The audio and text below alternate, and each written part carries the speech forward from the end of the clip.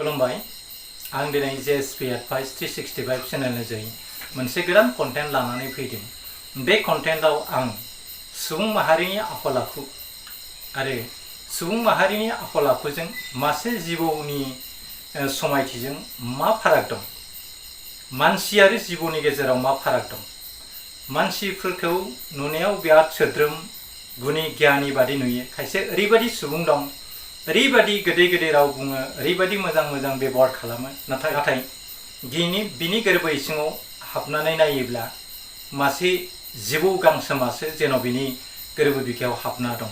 जेब्ला खाबु मोनो अब्ला बे जिबौ गांसोमा सोरखौबा सौनो हायो। बेबादिनो जोंनि समाजाव ओरैबायदि जेन्टेल ओरैबायदि सोद्रोम आखुनि मानसि दं, नुनायाव जोबोद समायना, नाथाय खायसेया सोद्रोमबो दङ, नाथाय सोद्रोमनि मुखा गाननानै ओरैबायदि मानसिया खाबु लानानै जोंनि समाजाव खामानि मावनायखौ जों नुनो मोनो, जायनि जाहाय सरासनस्रा सुबुङा बेफोरबायदि खाबु लुबैसुला फलान आखुनि सोद्रोम सुबुंनि आखुआव गोबां बोलि जानायखौ जों नुनो मोनो। सोरबाया आइजोफोरखौ लानानै बेफार खालामनाय, सोरबाया थाखा फैसानि बायदिसिना थगाय थुसि खालामनानै बिजनेस मावनाय, साख्रि बाख्रि होनाय बायदिसिना लुथिनानै गावनि न'खर गावनि बाहागि गुस्थिनि जौगानायनि खामानि मावनाय बा गावनि केरियारखौल' लानानै खामानि मावनायखौ जों नुनो मोनो। जाउनाव सरासनस्रा गोग्गो आखुनि गोबां सुबुङा गोबां खैफोदाव गोग्लैनो गोनां जायो। आरो बेफोरबायदि मुखा गाननाय सोद्रोम सुबुंफोरनिफ्राय जानथायाव थानानै गोबां मानसिया सोलिनो नाजायोब्लाबो बिथांमोननि आखल आरो बिथांमोननि गोदै राव, बिथांमोननि बायथि आखुफ्राव सोमोगोमानानै बिथांमोननि खोथाखौ नंगौ साननानै खायसे खामानिफ्राव मावनो गोनां जायो। आरो मावनायनि इयुनाव सोरबाया थाखा फैसानि लेनदेन जायो, सोरबाया आरो सोरनिबा थुनजायनायाव माबा मोनसे खामानि मावनानै गिदिर खैफोदाव गोलैनायखौ जों नुनो मोनो। बेनिखायनो गुनि गियानिफ्रा बुंदों मासे जिबौजों सासे बिखोब गाननाय थामहिनबा मुखा गाननाय सासे सोद्रोमनि आखुजों समान होननानै बुंदों। नाथाय बे मुखा गाननाय सोद्रोम आखुनि आखल आखुखौ जों हरखाबै नुनो मोना। जेब्ला नोंथाङा बेफोरबायदि सुबुंजों थगायजानानै माबा मोनसे बेलायाव खैफोद गोलैयो, अब्लासो बै सोद्रोमस्रि आरो लुबैसुला आरो गोदै गोदै राव बुंनानै फान्दायनानै नोंखौ माबायदि खैफोदाव खोख्लैहोदोंमोन बेफोरबायदि सुबुंखौ उन बुब्लियाव मिथिनो हायो। दा बेफोरबायदिनो जोंनि समाजाव गोबां सुबुंफोरा बेफोरबायदि मुखा गाननाय सोद्रोम सुबुंनि बायथियाव गादलिनानै गोबां सुबुङा खैफोदाव गोलैनायखौ नुदों। सोरबा आइजोआ बबेबा मुम्बाइ दिल्ली बायदिसिनायाव लांजानानै साख्रि होनायनि नामाव लफायनानै लांनानै बिथांमोनखौ आइजोफोरखौ हटेलाव फानहैनाय आरो कलगाल खालामहैनाय बेफोरबायदि फालांगि खालामनायखौ जों नुनो मोन्दों। सोरबाया दामि दामि गारि लानानै सोरखौबा एक्ट्रेस खालामनो प्रपज खालामदों, सोरबाया साख्रि होनायनि नामाव खायसे सुबुंखौ लाना थांनानै बेफोरबायदि आइजोफोरखौ फालांगि खालामना कौटि कौटि थाखानि बिगोमा जानाय आरो उन बुब्लियाव सरासनस्रा न'खरनि सुबुंफ्रा खैफोदाव गोलैनो नांनाय आरो खायसेया नंगौ खोमा साननानै बेफोरबायदि खामानियाव आखाइ होनानै खैफोदाव गोलैनाय आरो गावनि सैथोथि आखुखौ फाननानै लानाय बायदि गोबां जों समाजाव नुनो मोनो। बेनिखायनो बे बिखोब गाननाय थामहिनबा मुखा गाननाय भद्रलोक थामहिनबा सोद्रोम सुबुंफोरखौ आथिखालाव जों मोजाङैनो स्टाडि खालामनो नांगोन। मानोना बेफोरबायदि सुबुङा माब्लाबा जोबोद गुनि गियानि सुबुंनि आखु लायो, माब्लाबा आरो बिराद गोदै रैसुमै रावजों नोंथांखौ रायदावगोन, बुजायगोन, बेफोरबायदि आखुनिबो जायो। बिथांमोना ओरैबायदि एक्सपार्ट, गासैबो बिथिङाव बिसोरो साधुबादिबो आखु दिन्थिनो हायो। बिसोरो माब्लाबा सासे गुनि गियानि दैदेनगिरिफोरनि बायदि खोथा बुंनो हायो। आरो सोरबाया ओरैबायदि पलिटिकियान्स मानसिफोरनि ड्रामाटिक डायलगफोरखौ लानानै नोंथांखौ मुहिनि फनायनानै नोंथांनिफ्राय साख्रि होनायनि नामाव बायदिसिना बेफार फालांगि खाबु होनायनि नामाव हौवायानो जा हिन्जावानो जा गोबां सुबुंखौ बेफोरबायदि मुहिनि फोनांनानै फानाव फोनांनानै गावनि मुलाम्फानि खामानि मावनायखौ जों समाजाव नुबोगासिनो दङ। जायनि जाउनाव बांसानराय सुबुंफ्रा बेफोरबायदि खैफोदाव गोलैनानै दिनै समाजाव नोरजिया न'खर दानो गोनां जादों। गावनि न'खर, गावनि बिब' बिनानाव, गावनि बिमा बिफाजों नेवसिजानो गोनां जादों। मानोना बेफोरबायदि फान्दायनानै सोरबाया थाखा फैसा लुजार जानायनि जाउनाव न'खरजों गोजान सोमोन्दो लाखिनानै थानो गोनां जादों। जाउनाव बेफोरबायदि ट्रेजिक जिउ खांनाय गोबां लाइमोनफोरखौ जों नुनो मोन्दों। लाइमोनफोरनि अनगायैबो गोबां न'खर दानाय सुबुंफ्राबो गावनि हा हु बन्दक होनानै बबेबा बायदि लन लानो दावगानाय, बबेबा साख्रियाव फैसा होनाय, सोरबाया थगायजानाय, सोबख'जानाय, बेफोरबायदि गोबां सुबुङा बेफोरबायदि जिबौ आखुनि सुबुंफोरजों सौजानानै गोबां नोरजिया न'खर खुंगासिनो दं। जाहाथे बेफोरनिफ्राय जों माबोरै बारग'नो हायो आरो जोंनि गावनि थै गोलोमदैखौ बाहायनानै जों माबोरै गावनि आथिङाव गसंथानो हायो बेखौ नोजोर बोनानै आथिखालाव खामानि मावाब्ला जोंनि समाजा नोरजियानिफ्राय नोरजिया जालांगोन आरो जोंनि रांखान्थि हालोदा जोबोद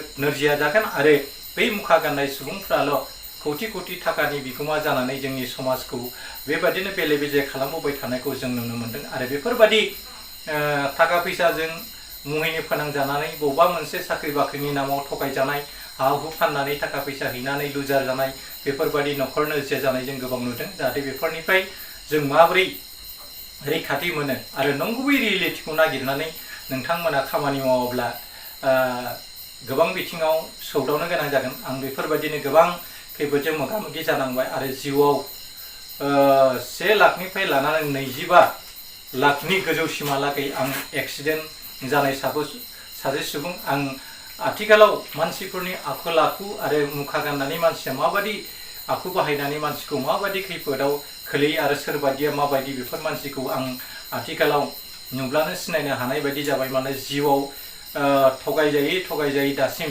बे थासारिसिम सफैबाय। बेनिखायनो आङो जाखांफुनाय लाइमोनफोरखौ साख्रिनि नामाव, बबेबा लननि नामाव, माबा मोनसे खामानिनि नामाव, बिजनेसनि नामाव जाहाथे नोगोद थाखा होनानै खामानि मावनायनि जानथायाव था आरो नोगोद थाखा होयोब्लाबो जाहाथे बेफोर खामानिया माबोरै साक्सेस जागोन ना जाया बेखौ नोजोर होनानै खामानि मावाब्ला नोंथाङा खैफोदाव गोलैनो गोनां जागोन। बेनिखायनो जोङो मासे समायना जिबौ एबा मासे जिबौआ जिबायदि समायना नुनायाव नायनो मोजां, नाथाय बिनि गोरबो सिङाव जेरै बिसा हाबनानै थायो, बेबादिनो सासे भद्रलकनि गोरबोआवबो बिस हाबनानै थायो। दा बेफोरबायदि बिसखौ नोंथाङा जेब्ला खैफोदाव गोलैयो अब्लासो बै बिखोब गाननाय बा मुखा गाननाय सुबुंनि आखल आखुखौ जों नुनो मोनो। बेनिखायनो धोरोम शास्त्रआव बुंदों मासे जिबौजों सासे मुखा गाननाय थामहिनबा बिखोब गाननाय सुबुंनि आखल आखुजों जेबो फारागथि गैया होननानै। बेनिखायनो आं नोंथांमोनखौ खावलायो, नोंथांमोना न'आवनो बोरि हा दङब्ला बारि बागान खालाम, गय गाय, बायदिसिना फिथाइ सामथाइनि बागान खालाम, आलु कफि बायदिसिना। बेफोरबादि जोंनि साखाथियाव थानाय बाङालि सुबुं माहारिया, मुस्लिम सुबुं माहारिया जेरैहाय आबादनि जोहै बा बेफार फालांगि खालामनायनि जोहै जोंनि साख्रि बाख्रि मावनाय न'खरनिख्रुइ बिथांमोना साबसिन हामसिन रायजो जागासिनो दङ। जों बिथांमोनखौबो फल' खालामनानै थामहिनबा बिथांमोन मावनाय खामानि दामानिखौबो जों सोलोंनानै जों माबोरै बेफार फालांगियाव दावगालांनो हायो आरो बेफार फालांगियाव दावगानायनि गेजेरजों जोङो साख्रि बाख्रि गैयाबासिनो मानसिया माबादि थांनानै थानो हायो बेनि नमुनाखौ जोङो बाङालि आरो मारवालि सुबुंनिफ्राय थामहिनबा मुस्लिमान सुबुंफोरनिफ्रायबो जों सोलोंनायनि गोनांथि दङ। बेनिखायनो जोङो लाथिख' गोजावनाय थाखाखौ नागिरनानै जोंनि मानसिया दिनै खैफोदाव गोग्लैगासिनो दङ। माखासे सेक्सननि दालालिफोरजों थगायजागासिनो दङ। हा हु फानग्लुंनानै सोरनोबा थाखा हैदों, एक्सिडेन्ट जादों, जेबो खामानि मावाखै। बेनिखायनो नोंथांनि न'आवनो थाखानाय हा हुफ्राव नोंथाङा बायदिसिना फिथाइ सामथाइनि मैगं थाइगंनि बारि बागान खालामनानै बेफोरखौ फाननानैबो जोङो लाख लाख थाखा खामायनो हायो। बोसोरसे बोसोरनै बेबायदिनो बोसोरब्रै बोसोरबा जानायनि उनाव जोङो लाख लाख थाखानि बिगोमा जाहैनो हायो।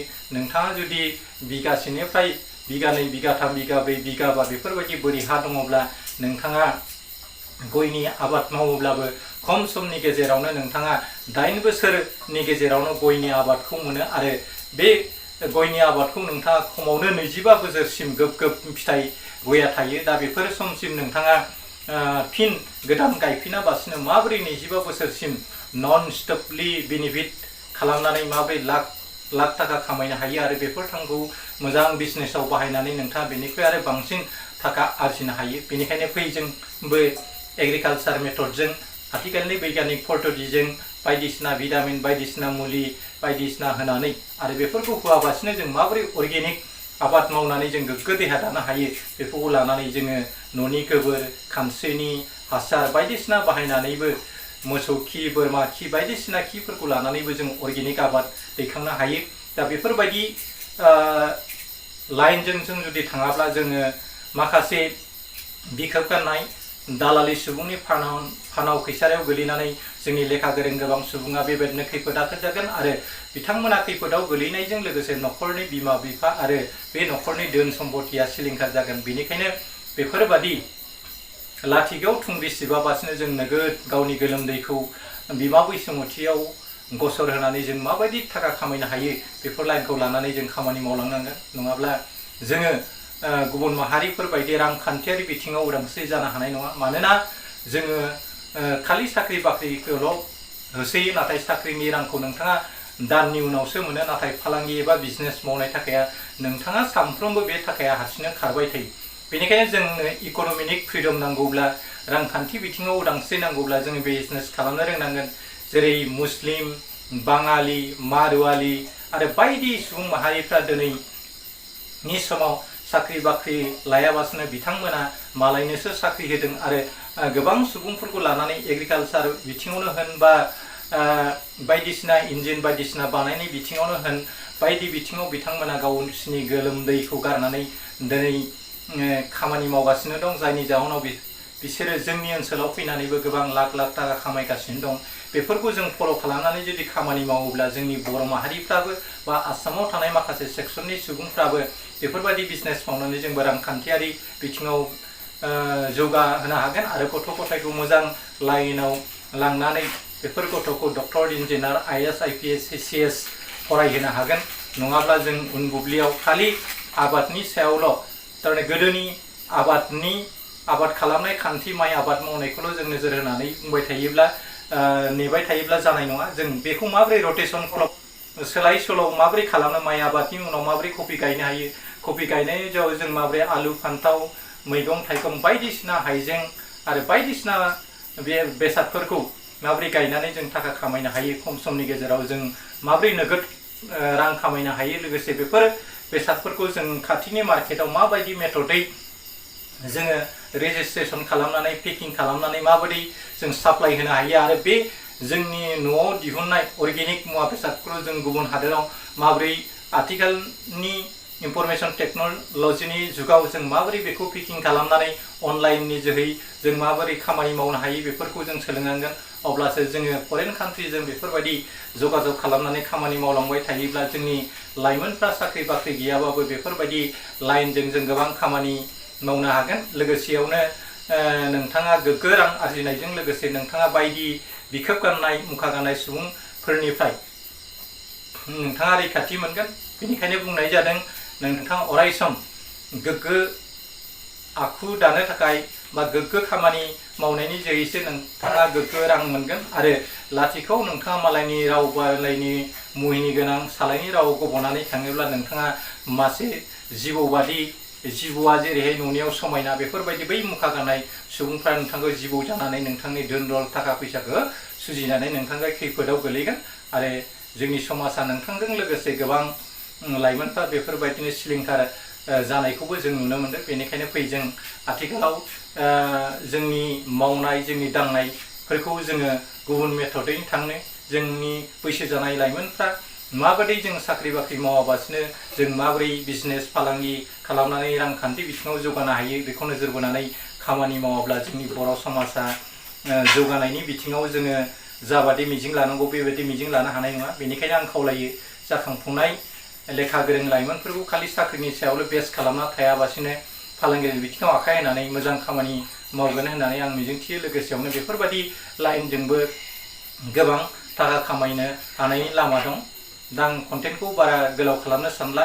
जायफ्रा आंनि चेनेलाव गोदान बिथांमोनखौ आंनि JSP Advice 365 चेनेलखौ साबस्क्राइब खालामना लानो थाखाय आं खावलायनाय थाबाय। लोगोसेयावनो फिन नोंथांमोननिसिम आंनि खुलुमनाय आरो सिबिनायखौ बावहरनानै दिनैनि कन्टेन्टखौ आं बेखिनियावनो फोजोबनोसै। एसेनोसै, गोजोन्थों, खुलुमबाय, जै बर' हारिनि।